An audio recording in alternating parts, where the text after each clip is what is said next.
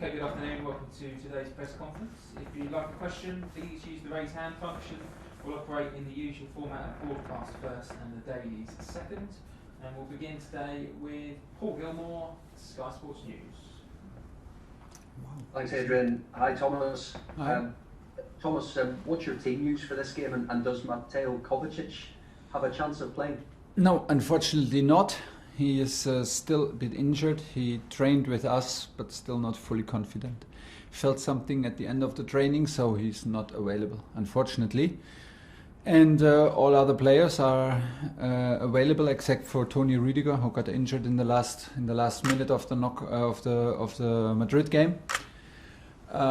So these are the two who are out from injury. Everybody else is available for tomorrow. Do you have any concerns over Rüdiger and Kovacic for the Real Madrid game? Yeah, for sure. Before training today, we thought that Kova has a big chance to join us for Madrid, maybe even for today. So now we have a little setback, not a big one, with him. I don't wanna be too negative. Let's see how he feels tomorrow. And for Toni, I'm quite positive for Wednesday. You've had quite a taxing week. It's been a positive week in terms of results with West Ham and Real Madrid. Yeah. Is Fulham a good opportunity to give others a chance with the semi-final in mind? No, Fulham is a good chance to keep our advantage in the league, nothing else. And this is a moment where we need to prove to ourselves that we can fully focus on one match, and there is one match to play tomorrow, no other match.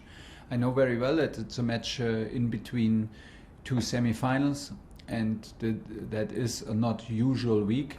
And I'm very happy that it's not a usual week, because it's a big thing to play in a semi-final of Champions League. But still, it's the moment to prove to ourselves that we are capable of focusing, that we are capable of putting all the energy into tomorrow's game. This starts clearly with me, with the lineup, with the preparation, with the talk, and the mindset from the coach, and then towards the staff, to the players. And this is what we have to prove to ourselves tomorrow. Andreas Christensen said this week there have been no talks over a contract extension for him. In your opinion, as the coach, do you feel he's done enough? Do you think his long-term future will be at Chelsea? I think it's the best if he talks on the pitch, and as long as he is on the pitch, and as long he plays like he plays, he has all arguments, all rights to be here. I think he is happy to be here. I am happy that he's here. So I will not get involved into any other situation, into talks and negotiations. I never did, and I never will. But I think he speaks for himself on the pitch, and this is the most important. And this is not the moment now to get distracted with any other issues. And Christian Pulisic is getting a lot of plaudits again for his consistency at the moment. I just wondered what you've made of his recent performances, and do you think he can have the same impact? I know there's a lot of these Hazard comparisons he didn't seem too comfortable with, but can he have the same sort of impact at this club that Hazard did? Well, he took his number, so now he has to live with it. It's his fault. So he has a bit of influence, and had a bit of influence to the comparisons. But if people do this, maybe they think about it in the best way. No. I'm happy that he arrives in the decisive moment of the season in top shape, in good confidence. This is the key point for him that he feels confident in his body, that he feels calm in his mind, that he feels free on the pitch, and when he feels this. When he feels like this, he can be a decisive guy for us, and this is what he proves in the moment. He gives us a big physicality, and we have to see how we put him on the pitch tomorrow, if he starts or he comes from the bench. But we are very, very happy that he is decisive, and he steps up and plays full of confidence. It's good for us. Sam Shu, PLP. Hi there, Tom. It's nice to see you. Just going back to that thing you're on about there, about the size of the game. How difficult is it to get the balance right in terms of the squad selection? Because obviously Wednesday is such a big game, but then again, so is tomorrow. Yeah, absolutely, and there is no doubt about it. We're in the middle of the race, and is it always super easy to switch from one competition to another? No, but who cares? I mean, everybody can do easy. So it's our job. It's our job to switch focus, and it's our job, my job, to find the mix and to put the players in the right mindset, and to prepare this match in the way that everybody understands the importance of the match. But honestly, we did not work that hard, and I hope that the players feel the same. They did not hopefully work that hard all these weeks, all these matches, and during a game against West Ham to give us this advantage, just to let it slip through our hands by not being focused. Don't get me wrong, you can lose any match in football, any lose, and you should have and we have enough respect for opponents, for Fulham, for any opponent, and for the game, that you can lose any match. This can happen, but it cannot happen. This is what I demand from myself, that we are not focused. This cannot happen, that we are not prepared, and that we do not give our everything tomorrow on the pitch. That cannot happen, and this is what I will demand. What I demand from myself, and I will demand from everybody who arrives tomorrow in the hotel at 11 o'clock to prepare this match. I want us to be fully on, and to give our very best, and not hold back 1%, because this is not what it is about in sports, and we work too hard for this situation to let it slip by not being focused. I know there is often what we say in this country is a new manager bounce, but when you look back at your time at Chelsea so far, you know, here you are on the verge of a Champions League final, on the verge of qualifying for the top four as well. Did you quite expect it to go as well as it has? And what are some of the key reasons behind that, would you say?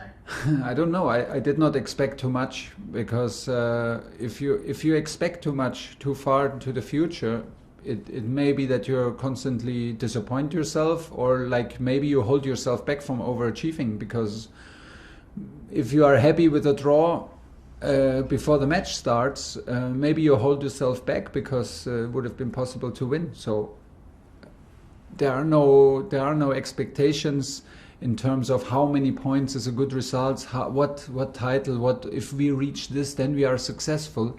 It never feels like this, not in academy football, not in Bundesliga, not in French league football, and not here. This was never like how I thought about and how I approached this, all challenges that I was facing, and with my staff and my team. What we do is we push ourselves to the limit, and we demand the very best from ourselves, and this is a huge challenge that we stepped into Premier League, into Champions League, into FA Cup, and once we play a competition with Chelsea, we play to win. It's as simple as that, and this is what I demand of myself. Can we win all matches from now on till the end of the whatever year? No, probably not, but we will try to win every single match and nothing else. This is what we expect from us, and I will be never fully satisfied when we play a draw. I will be always super angry when we lose. It's part of my personality. It's part of the DNA of this club. So it's like how the players tick. This is how it works, and it works in no other ways than step by step. And the most important for tomorrow is that we accept that the next step, and the most important step, is tomorrow against Fulham. John Southall, 5-9. Hi, Thomas. Have you ever been involved in a more relentless schedule than this? You had 8 games in April, Maybe not. and after the Fulham game, you've got Real Madrid, Manchester City, Arsenal, then Leicester. I think, is there a danger that it's going to take its toll at some stage? Yeah, it's brutal, honestly. It's brutal. But I mean, we played in France the same amount of games, 2 cups, also 20 teams in the league, and so we got an impression. But of course, the intensity of the league, the challenge of the league is very, very different now here. It's another level, again another level. And it's like you said, it's quite relentless, and this is. But it keeps you on your front foot, and it keeps you coming out of bed early. There is simply no time to breathe. There is no time to sit back and get too relaxed, too comfortable. And this is a good thing. It sharpens your mind, it sharpens your mentality, and this is what I find very impressive in this club. Everybody is on the front foot. the dressing room, the players are totally aware of these challenges and what it demands, and they totally live up to it in recovery, in the way how they approach their job, in the time they spend here in the club. Everybody in the club is fully aware what it takes to be in shape. And this is very impressive, and that's why, although it's super demanding, we feel very comfortable because we arrive any game with the knowledge and the deep conviction. Yeah. The conviction that we are prepared for this, and we can perform on this level, and we can adapt. Last one, John. And just obviously it's Fulham tomorrow. Ruben Loftus-Cheek is there. Are you keen to get him back next season? Does he have a role to play for you, do you think, at Chelsea? It's not decided yet. I was quite a fan of him in his when he was even younger. He's still young, but when he was even younger and he came up from academy, I think, and into professional football here at Chelsea, reminded us a little bit of, in his style of play and his in his movements, reminded a bit of Michael Ballack. So there were some links about him all the time, also with maybe a move to German league and stuff like that. So we were well aware of him and of his talent.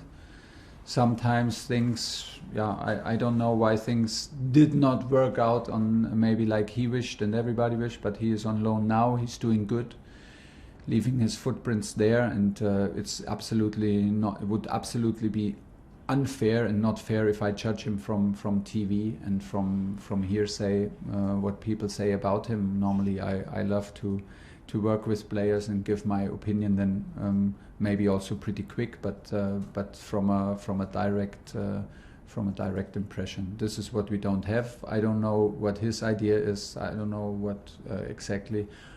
Honestly, what my opinion is and what the club's opinion is, there's no decision made yet. Declan, Talk Sport. Afternoon, Thomas.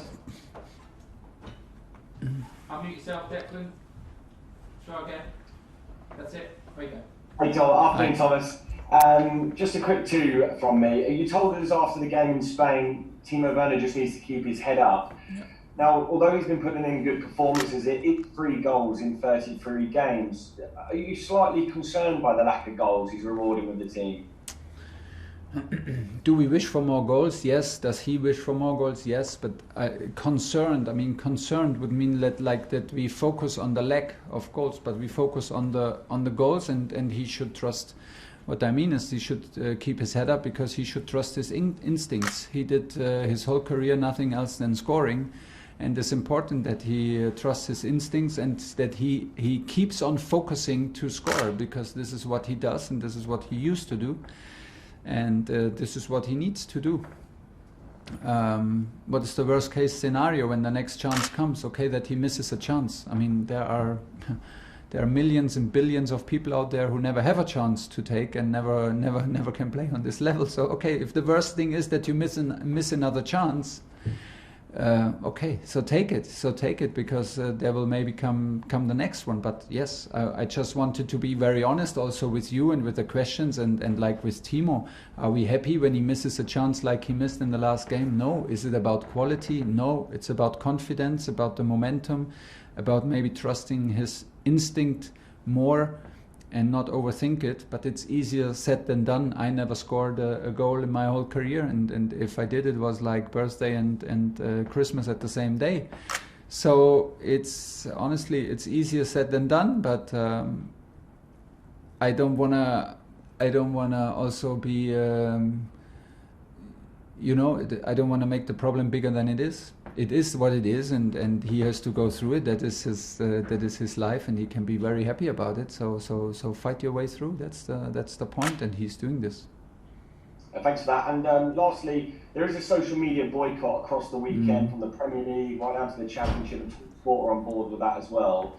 I just wanted to ask you, why do you think it's so important, not just for players, coaches, but fans and the everyday person, to really get back and really back this campaign this weekend? Well, I think it's always back to set signs and set a strong sign and a signal, and anything we can join and show that that institutions, players, coaches are together is worth trying. It will never be enough. We can always do more, but if a campaign like this is on, we are fully committed, and it's a good thing to join. It's the best thing to back up. Last question, Liam Twomey. Hi Thomas. Hi. With Mateo Kovacic missing time and N'Golo Kante and Jorginho both having to play a lot of minutes, you've already spoken about the sheer number of games at this stage of the season. Could we see Billy Gilmour step up and maybe take a few of those minutes in the double six positions?